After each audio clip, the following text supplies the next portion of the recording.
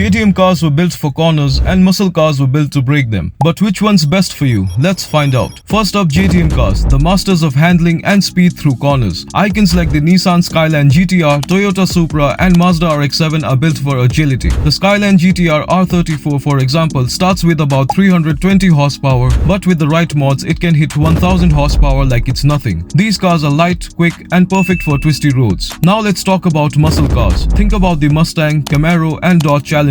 These are not here to mess around. A Dodge Challenger Hellcat pushes over 700 horsepower while the Camaro ZL1 cranks out 650 horsepower. They don't care about corners. They just want to blast down the straightaway with a roar loud enough to wake your neighbors.